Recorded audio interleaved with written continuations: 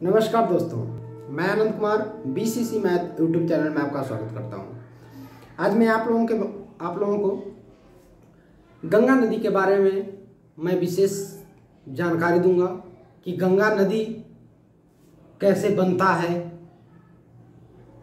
बहुत लोग कहते हैं कि गंगा नदी निकलती है। गंगा नदी वास्तविक में निकलती नहीं है। गंगा नदी नदियों के मिलने से बनता है और वो कैसे बनता है मैं आपको बताऊंगा। तो सबसे पहले जो भी मेरे नए व्यूअर हैं, जो पहली बार चैनल को देख रहे हैं, वीडियो को देख रहे हैं, चैनल को सब्सक्राइब कर लीजिएगा और वीडियो को लाइक करिएगा और अपने दोस्तों के बीच में शेयर करना ना भूलिएगा। तो मैं चलता हूं, आप लोगों को आगे बताता हूं कि किस तरह से क्या होता है इसमें और हम लोग जानेंगे इसके बारे में। तो सबसे पहले जो बात है, अगर देखा जाए तो हमारे भारत में जो है पवित्र नदी के नाम से अगर कोई जाना जाता है तो गंगा को पवित्र नदी माना जाता है, क्योंकि गंगा नदी में एक विशेष खासियत ये है कि इसके पानी में कीड़े नहीं लगते हैं, है ना। तो अब चलते हैं, हम लोग जानते हैं कि आखिर नदी कैसे निकलता है ना।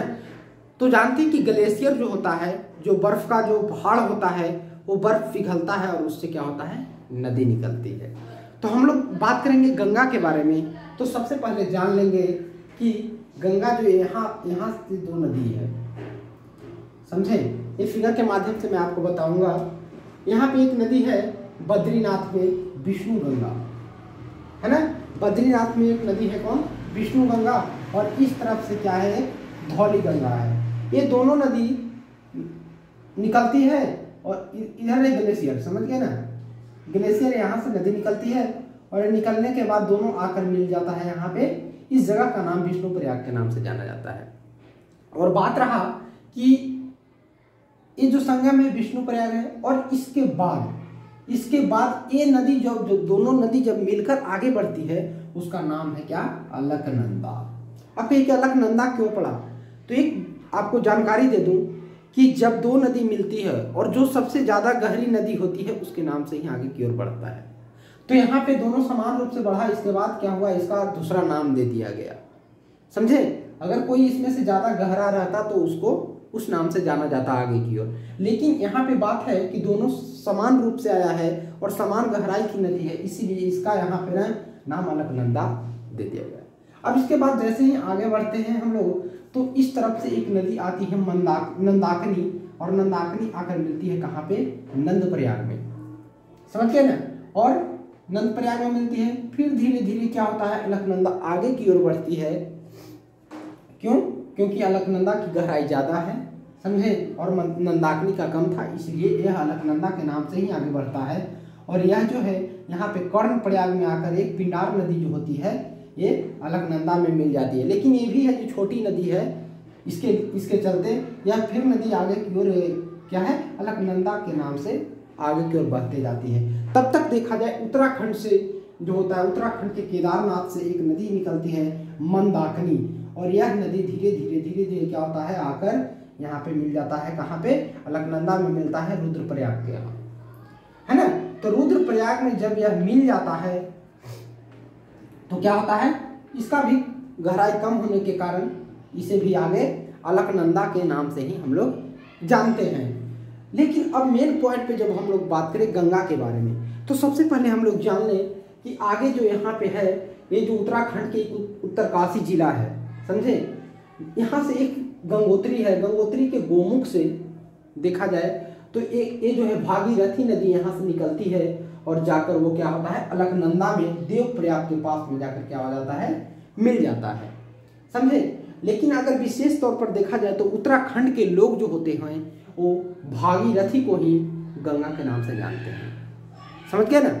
तो क्या होता है कि उत्तरकाशी से ये आते हुए गोमुख से और आके अलकनंदा में कहाँ पे मिलता है, देवप्रयाग में मिलता है। अब बात रहता है कि देवप्रयाग में मिलता है तो इसका गहराई, यानी भागीरथी का गहराई और अलकनंदा की गहराई सेम होने के कारण इसे यहाँ पे नाम परिवर्तन कर दिया जाता है और वो नाम क्या हो जाता है, गंगा नदी हो जाता है, समझ गया ना।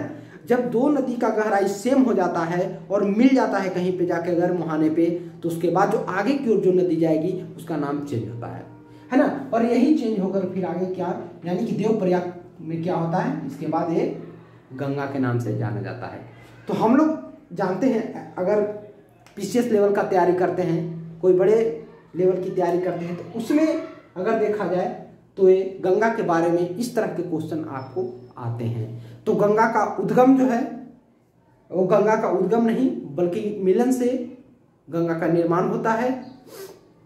अगर देखा जाए रेलवे वगैरह में जो क्वेश्चन ऐसे आ रहे हैं, मेनतः अगर मूल्यतः अगर बात किया जाए इसमें तो क्वेश्चन यही आता है कि गंगा का उद्गम स्थान कहाँ है, तो गंगोत्री से या गोमुख से, उत्तरकाशी के गोमुख से इसका उद्गम हुआ है। लेकिन वास्तविक में अगर देखा जाए तो गंगा नदी का उद्गम नहीं हुआ है, बल्कि अलकनंदा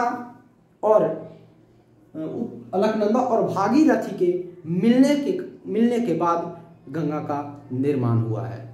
ठीक है दोस्तों, क्लियर? इस फिगर को आप लोग दिमाग में बैठा लीजिएगा कि किस तरह से कैसे गंगा का निर्माण हुआ है ना। अब बात करें हम लोग इसमें कि क्वेश्चन कैसे आएंगे, तो आपको बता दिए पीसीएस लेवल का अगर एग्जाम रहा तो उसमें क्वेश्चन जो देगा आपको कि गंगा, जैसे क्वेश्चन आ जाता है कि देवप्रयाग में किन किन नदियों का संगम है, तो हम लोग जान जाएंगे कि भागीरथी और अलकनंदा, क्योंकि इधर से जो ये नदी जो आ रही है मोटी लाइन वाली, ये अलकनंदा है। तो अलकनंदा और भागीरथी का मिलन जो हुआ है देवप्रयाग में हुआ है। इसी तरह से अगर हम लोग बात करें कि मंदाकिनी और अलकनंदा का जो मिलन जो हुआ है वो रुद्रप्रयाग में हुआ है ना। इस तरह से मेन जो आपका है देखा जाए तो रुद्रप्रयाग, देवप्रयाग, कर्णप्रयाग, नीलप्रयाग, विष्णुप्रयाग, इस तरह से हम लोग को याद करना है कि किन किन नदियों का संगम, यानी कि जो संगम स्थान है, जैसे विष्णुप्रयाग में किन किन नदियों को मिलन हुआ है, नंदप्रयाग में किन किन नदियों का मिलन हुआ है, कर्णप्रयाग में किन किन नदियों का मिलन हुआ है।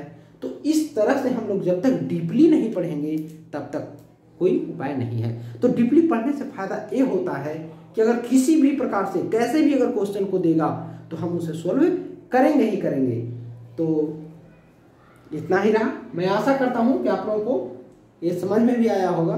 फिर एक बार हम लोग चलते हैं, बात करते हैं बद्रीनाथ से विष्णु गंगा और धौली गंगा, जो दो नदी होता है वो निकलता है, और निकलने के बाद आगे जो होता है विष्णु प्रयाग में दोनों नदी जहाँ पे मिल जाती है, दो नदियाँ और मिला तो यहाँ पे क्या हुआ, दोनों का गहराई सेम रहने के कारण क्या हुआ, आगे जो नदी जाएगी वो दूसरे नाम से जाती है, समझे। और दोनों नदी जो जहाँ पे मिला है धौली गंगा और विष्णु गंगा, दोनों का वो जो नाम जो रहा है मिलन स्थल का वो है विष्णु प्रयाग नाम रहा है। उसके बाद तो आगे की जो नदी बही है वो अलकनंदा के नाम से आगे गई है। इसी प्रकार से फिर क्या होता है कि एक नंदाकिनी नदी है जो क्या होता है आगे आकर किसमें, अलकनंदा में मिल जाती है, और वो कहाँ पे मिलती है, नंदप्रयाग में मिलती है। फिर उसके बाद बात किया जाए पिंडार नदी एक है जो कर्णप्रयाग में मिलती है, और केदारनाथ जो जानते हैं हम लोग भगवान भोलेनाथ का जगह है। तो केदारनाथ से क्या होता है कि मंदाकिनी एक नदी आती है जो अलकनंदा में मिलती है, और वो कहाँ पे मिलती है, रुद्रप्रयाग में मिलती है ना। उसके बाद लास्ट में हम लोग बात करें तो ये उत्तराखंड के उत्तरकाशी जिला से गंगोत्री के गोमुख से एक नदी निकलती है भागीरथी, जो अलकनंदा में आकर मिल जाती है, और अलकनंदा और भागीरथी के गहराई लगभग समान होने के कारण इसके बाद देवप्रयाग के बाद इस गंगा का नाम दिया जाता है। दोस्तों समझ गए? तो इस तरह से हम लोग जानेंगे कि गंगा का उद्गम कैसे हुआ। ठीक है, तो मुझे आशा है कि आप लोग को समझ में भी आ गया होगा, और जिन दोस्तों को समझ में आया वीडियो देखें, उसके बाद कमेंट करना ना भूलें। आप लोग कमेंट करके ज़रूर बताएं कि यह वीडियो आपको कैसा लगा। तो जो भी नए व्यूअर हैं चैनल को सब्सक्राइब कर लीजिएगा, वीडियो को बहुत ज़्यादा से ज़्यादा शेयर करिए। ठीक है, फिर मिलते हैं नेक्स्ट वीडियो में, तब तक के लिए जय हिंद, जय भारत, टेक केयर।